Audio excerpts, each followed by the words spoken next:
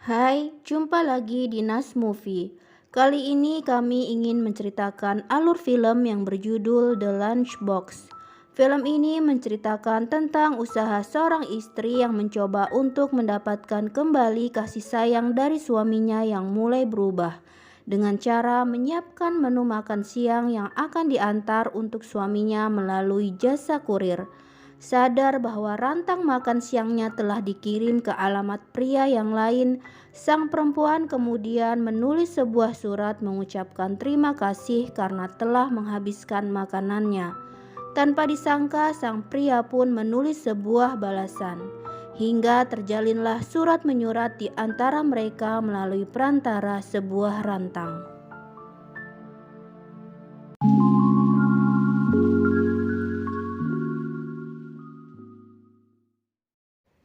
Film dibuka dengan latar sebuah tempat tinggal di mana seorang ibu rumah tangga biasa bernama Ila tengah menjalankan rutinitasnya.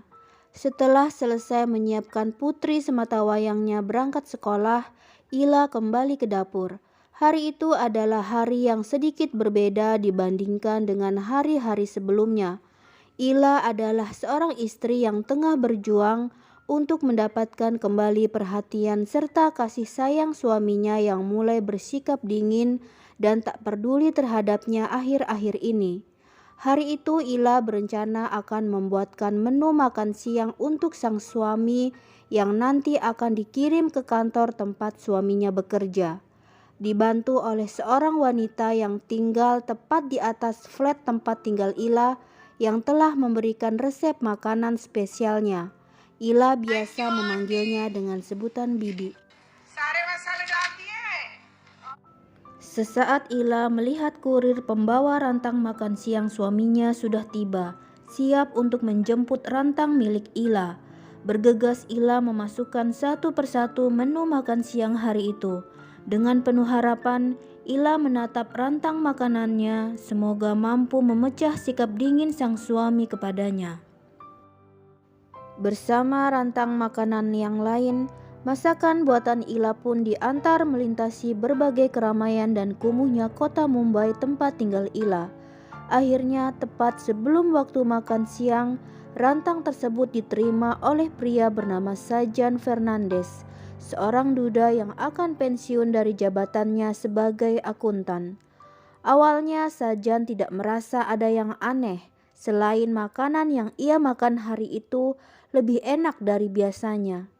Begitu jam makan siang selesai, rantang itu pun dikirim kembali ke rumah-rumah pemiliknya. Betapa senangnya Ila mendapati rantang makanannya habis tak tersisa. Tak lupa Ila pun mengabarkan hal itu pada bibi yang telah membantunya. Di depan cermin, Ila berdandan secantik mungkin. Begitu sang suami pulang, Ila menanyakan perihal makanan yang tadi dibuatnya. Sayang, sikap sang suami masih terlihat dingin dan datar.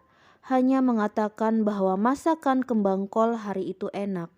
Sejenak Ila berpikir bahwa hari itu ia tak memasak kembang kol. Lantas, siapa yang memakan masakannya? Di tempat lain, Sajan yang sehari-hari memesan makanan di sebuah kedai menyempatkan diri singgah sepulang dari bekerja. Sajan sempat memuji pelayan kedai bahwa masakan mereka hari itu sangatlah enak.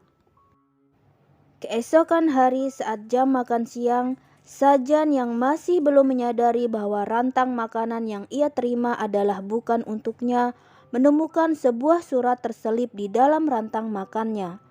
Diceritakan bahwa berbekal saran dari bibi, Ila lantas menyiapkan kembali masakan kesukaan suaminya dan menuliskan sebuah pesan tertulis yang ia masukkan ke dalam rantang. Ila menuliskan bahwa ia menyiapkan makanan itu untuk suaminya, dan menurut Ila rantang itu sepertinya telah tertukar. Namun Ila tetap mengucapkan terima kasih karena Sajan kemarin telah menghabiskan makanan buatannya. Ketika rantang itu kembali, Ila tak menduga bahwa Sajan akan menulis sebuah balasannya yang ia selipkan di dalam rantang milik Ila. Sajan hanya menuliskan bahwa masakan Ila hari itu terasa begitu asin. Bibi yang tidak terima setelah diceritakan oleh Ila, kemudian memberikan Ila sekeranjang cabai yang harus digunakan untuk masakan yang akan diberikan pada sajian berikutnya. Keesokan hari saat menjelang jam makan siang, rantang milik Ila telah sampai di meja kerja Sajan. Sesaat Sajan menghirup aroma lezat dari dalam rantang. Tak sabar lantas Sajan segera menuju ruang makan di kantornya untuk segera mencicipi masakan Ila. Beberapa kali Sajan harus meneguk segelas air untuk meredakan rasa pedas di mulutnya. Sejak itu, Ila dan Sajan berkomunikasi satu sama lain melalui pesan-pesan yang berada di dalam rantang. Komunikasi antara mereka berjalan wajar-wajar saja, namun seperti ada keterikatan antara Ila dan Sajan yang disatukan karena persamaan tentang kesunyian jiwa dua manusia yang kebetulan dipertemukan dengan cara yang unik, hingga masing-masing merasa nyaman untuk menceritakan pengalaman dan kehidupan mereka lewat goresan pena. Ila yang merasa suaminya telah berubah mulai bercerita banyak mengenai keadaan rumah tangganya pada Sajan. Tak seperti biasanya, pagi itu saat Sajan berangkat kerja, lalu lintas kota Mumbai terlihat padat tak bergerak.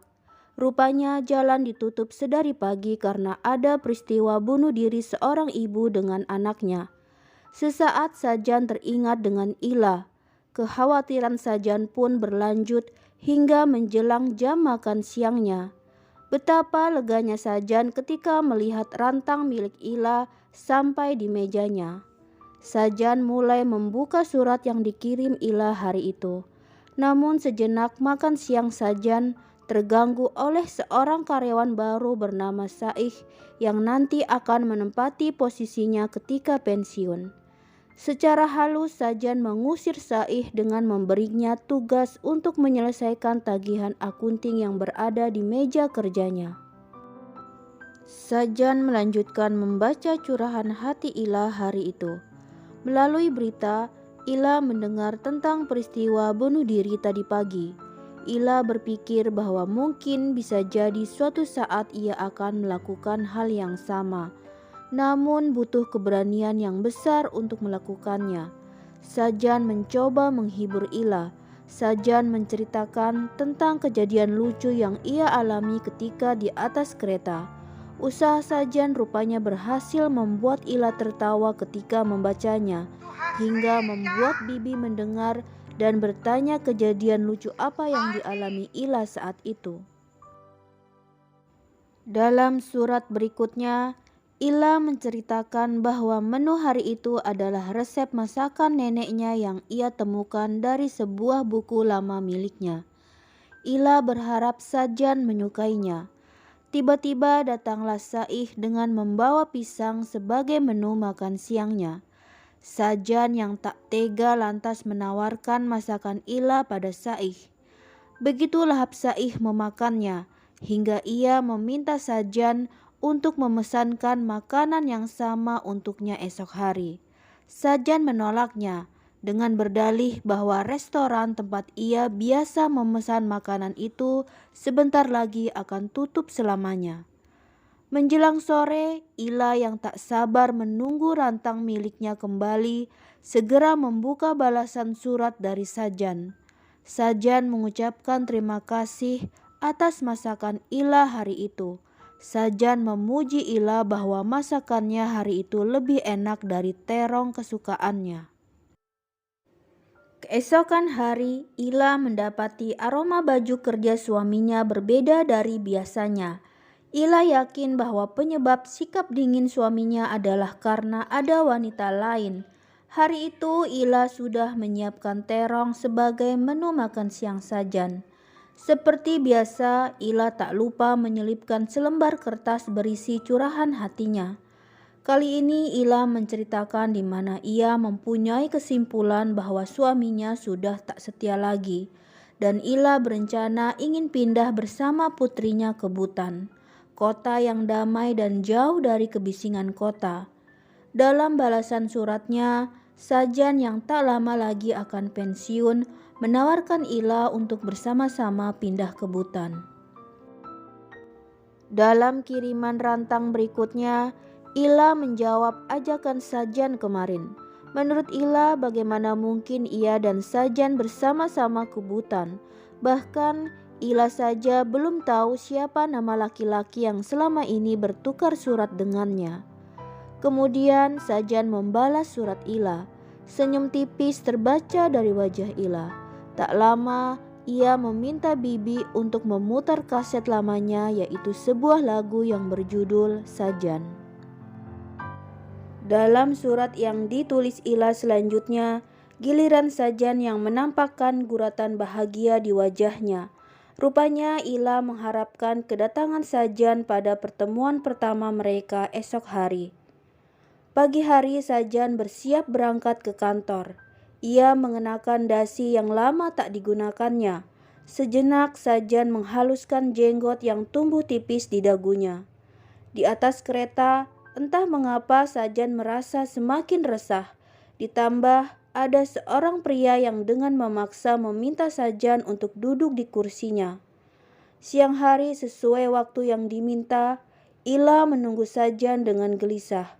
Entah berapa gelas air putih yang telah dihabiskan oleh Ila, namun Sajan tak juga datang saat itu. Hari selanjutnya, rantang milik Ila tiba di meja kerja Sajan. Tak ada menu spesial dan tak ada pula selembar kertas goresan tangan Ila. Hanya rantang kosong yang diberikan Ila pada Sajan. Sajan memohon maaf pada Ila. Bagi Sajan memang ia pantas diperlakukan seperti itu. Sajan menceritakan bahwa siang itu ia datang ke tempat Ila menunggunya. Sajan tahu Ila telah menghabiskan seteko air di meja untuk mengusir kegelisahannya. Namun Sajan tak memiliki keberanian untuk mendekati dan menyapa Ila. Pagi kemarin ketika Sajan hendak berangkat dan sudah memakai pakaian terbaiknya, Sajan melihat ada janggut putih tumbuh di dagunya.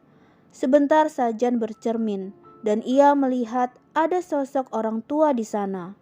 Juga ketika Sajan berada di atas kereta, seorang anak muda memaksanya untuk duduk. Sajan baru menyadari bahwa kini ia sudah tua. Ia merasa tak pantas bagi Ila. Ila adalah wanita muda dan cantik. Masih banyak mimpi yang bisa diraih oleh Ila. Melalui kurir yang biasa mengantar rantangnya, Ila memutuskan mencari Sajan. Namun kemudian Ila hanya menemukan Saih yang kini telah menggantikan posisi Sajan di meja kerjanya. Saih tak bisa bercerita banyak.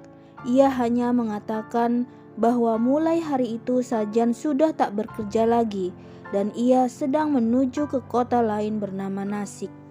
Berawal dari sebuah surat, kini Ila pun bermaksud mengakhiri semuanya dengan Sajan juga melalui goresan penanya.